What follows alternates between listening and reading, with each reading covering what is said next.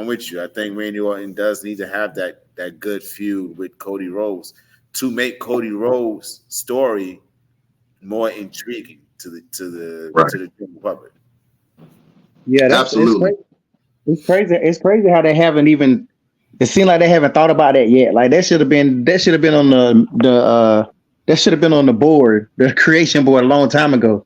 Because once the story is told, Randy Orton is the only other star that's still around that really has a close connection to Cody. Hmm. And it got to be heel Randy. If it ain't heel Randy, like yeah, just like I hated Babyface Edge. Like some of these characters, Carlito is a face. Like stop trying to make these people fan favorites and let them be the people we hated and the reason why we hated them. Let Cody bring his wife up there for something and Randy kick her in the head.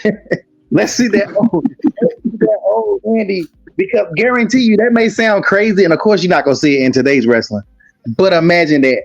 Imagine not even Cody, maybe not let's say maybe not Cody's wife, but somebody that Cody cares about, his brother show up something, and Randy kick somebody in the head and show he that old Viper, man, everybody would eat that up. And that's just like you guys saying, that's the stuff that's missing right now. They're just doing stuff. They're not doing nothing that really matters. They just setting up matches from pay-per-view. Nobody continues the stories, for lack of a better word. Nobody continues none of their stories. Just like I said before, even with Roman, you fight Roman one time and then that's it.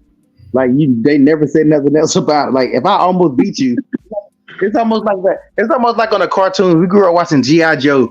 Cobra will almost win. Of course, G.I. Joe will beat him. But then the next episode, they never go back to that plan. Go back to that same plan y'all just did and tweak it a little bit. Y'all almost won. Like, why y'all starting over for? Like, no, you had it in the bag. So Right. that's exactly what the problem is right now. Yeah, I agree with that. And I think, let's see, go out to the best damn nation. Mike was like, I think they're waiting for the right moment. And I can see that. But will that moment come when the moment does come when we care? And will the writers be able to write a powerful story to get people engaged? Because you need, since the Bloodline storyline is kind of fizzled off, you need some other storylines that's going to really engage people. Now, I think that they have enough talent now where they can really start digging in and make some really cinematic style matches and really have some amazing storytelling. That's why we love the WWE. I mean, we love professional wrestling, and wrestling is great. Seeing moves and all that is great, but make me care. You know what I'm saying? I'm older now. I like all the everybody's done everything. So you know what I'm saying? I need a little. What's the story? I need a little guiding light. I need a little all my children. You know what I'm saying? I need a little General Hospital in that thing. Give me some power storylines. You know what I'm saying? Do 50 Cent need to come and write for the WWE? No, Huh? no. You know what I mean? Just like you said, we older, so we ain't got patience. We ain't got that much time left our damn self, so we ain't got all day for y'all. The same thing like rest in peace, what they did with Bray Wyatt. Everybody kept on talking about be patient.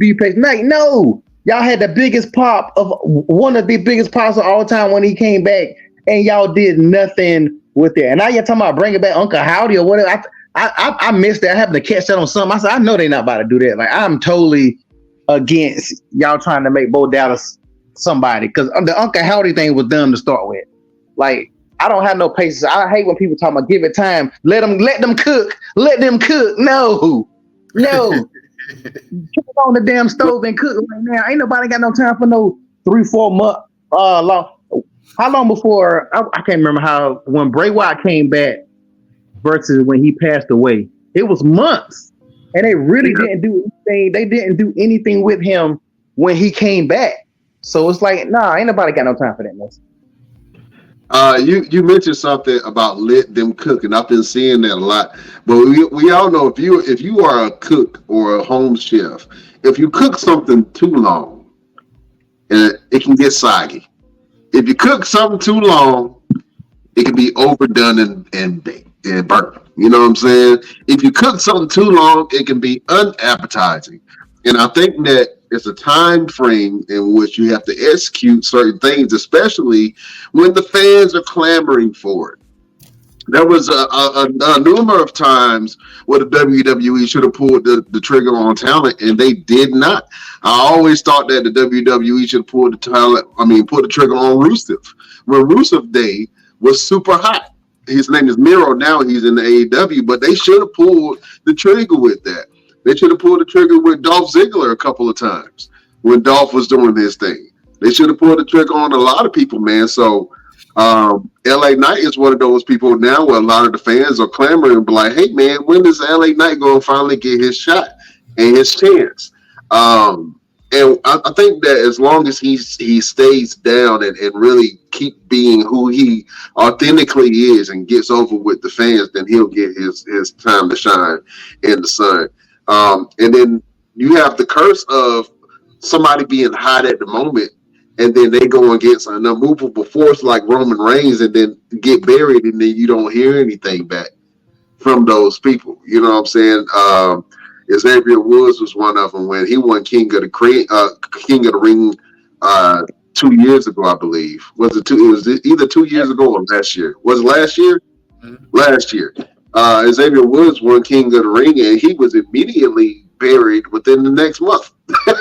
Like, he had new music, a new style. He had the crown, this big ass, ugly ass crown, and he was rocking that cartoonish ass mask type crown. And Roman Reigns stuck all over his crown and said, "There's only one king." Mm-hmm. And from there, Xavier Woods' push got diminished. You know what I'm saying? Now, the thing with this new King of the Ring, Gunther, we 100% believe in Gunther. And I think that Gunther will eventually get the belt. I think that when you have Gunther versus Damian Priest, Gunther will pull off that win. I don't see Damian Priest beating Gunther. You know what I'm saying? And that's a fight that a lot of people do want to see when they do it. But congratulations to Gunther, and I'm jumping the gun a little bit, but congratulations to Gunther for winning King of the Ring. I know we all saw it. I had some people who I thought was going to be good, who could have been a really good King of the Ring. But to be honest with you, Gunther is probably the most believable other than King Randy.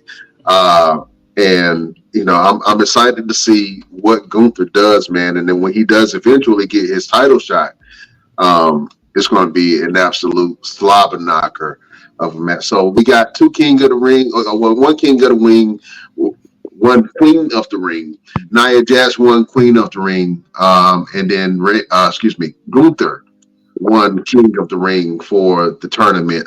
Congratulations to them both. I think that they would do an excellent job in antagonizing everyone on the roster. So I'm excited about that. And I'm happy that Nia Jax got this opportunity, man. If you just think she was with the company and then she got fired, and then we thought, you know, she was just going to go into the sunset, and then they brought Nia Jax back, and now she is the Queen of the Ring. So, man, I'm happy to see this for Nia Jax, man. I think that she is probably one of the better female heels on the roster, and she is unstoppable. She looks unstoppable in a lot of different ways. So congratulations to Nia Jax. Congratulations to Gunther, man. Let's see what they do with this King and Queen of the Ring moniker and see if they can do something for it. Nia Jax only won that belt because Tiffany Stratton is a racist. What? Yeah. They were gonna give it to Tiffany Stratton. She just on punishment right now. Nia Jax won that belt to a possibility. But here's my thing about it though. I need Nia Jax to change her personality a little bit. I need a more vicious Nia Jax with this Queen of the Ring. Like I like personality, Nia. I like the balance that she has right now. You know what I'm saying? Too comical. Like you too big to be acting like you want to tell jokes and you can't tell promos. Like I need you to go in there and start telling people, look, get out of my way before I make you out of my way. I need you to start telling people, look, Go get me some bananas and a prime drink.